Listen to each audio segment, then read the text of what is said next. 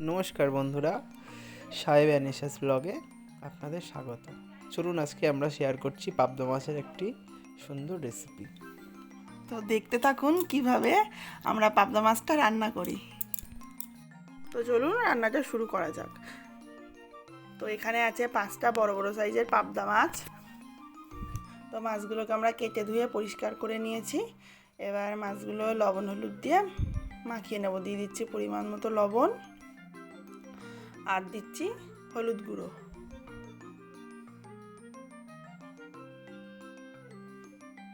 তো মাছগুলো লবণ হলুদ দিয়ে মাখানো হয়ে গেছে।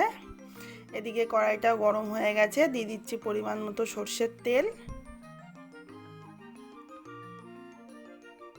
তো সামান্য একটু হলুদ দিলাম যাতে মাছগুলো যাতে না ফাটে। আর ওই গরম তেল মাছের মধ্যেও একটু দিয়ে দিচ্ছি যাতে মাছগুলো চামড়াতে যেহেতু আঁশ নেই সেহেতু যাতে না ফাটে। একটু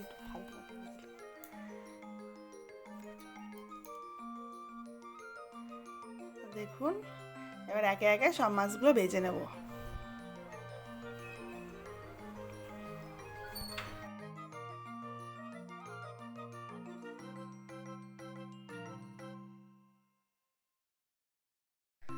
তো ওদিকে মাছটা ভাজা হতে হতে এদিকে আমি মশলাটা বেটে নিচ্ছি। এখানে 2 চামচ মতো পোস্ত নিয়েছি। এবারে পোস্তটা বেটে নেব।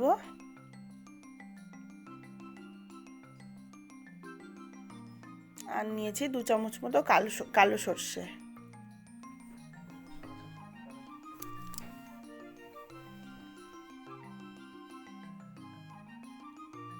তো এর মধ্যে দিয়ে দিচ্ছি 4টে কাঁচা লঙ্কা। তো আপনারা আপনাদের স্বাদ অনুযায়ী দেবেন ঝাল। আর একটু দিয়েছি লবণ যাতে কাঁচা লঙ্কা আর সর্ষেটা যাতে তেতো না হয়। তো এখানে পোস্ত বাটা আর এই যে সর্ষে বাটা হয়ে গেছিলো।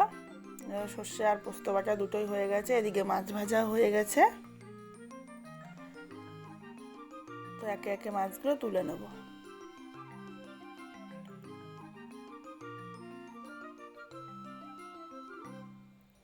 তো সব মাছগুলো ভাজা হয়ে গেছে। মাছ ভাজার তেলের মধ্যে দিয়ে দিলাম সামান্য পরিমাণে কালো জিরে।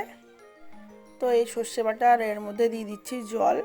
তো সর্ষের ছিবড়েটা আমরা দেবো না, শুধু জলটাই ব্যবহার করব আমি, ওই কারণে জল দিয়ে দিচ্ছি। তো এবারে সর্ষের জলটা তেলের মধ্যে দিয়ে দিচ্ছি।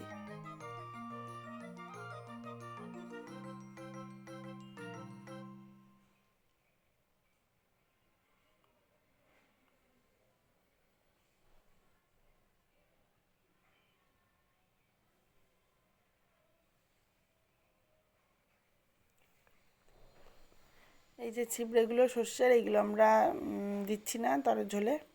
এবার দিয়ে দিচ্ছি পোস্ত বাটা।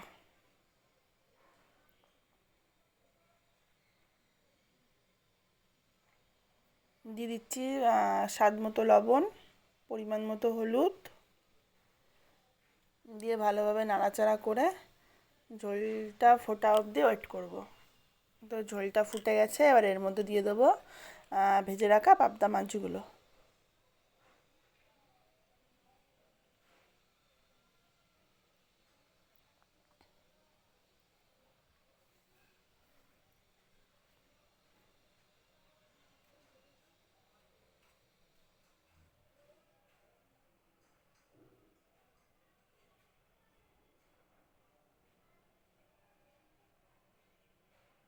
এবার দিয়ে দিচ্ছি ধনে পাতা।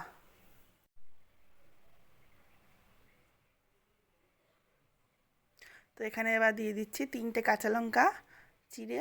আর এর মধ্যে একটু কাঁচা সর্ষের তেল দিলেও ভালো হয়, তো আমি আজকে দিচ্ছি না।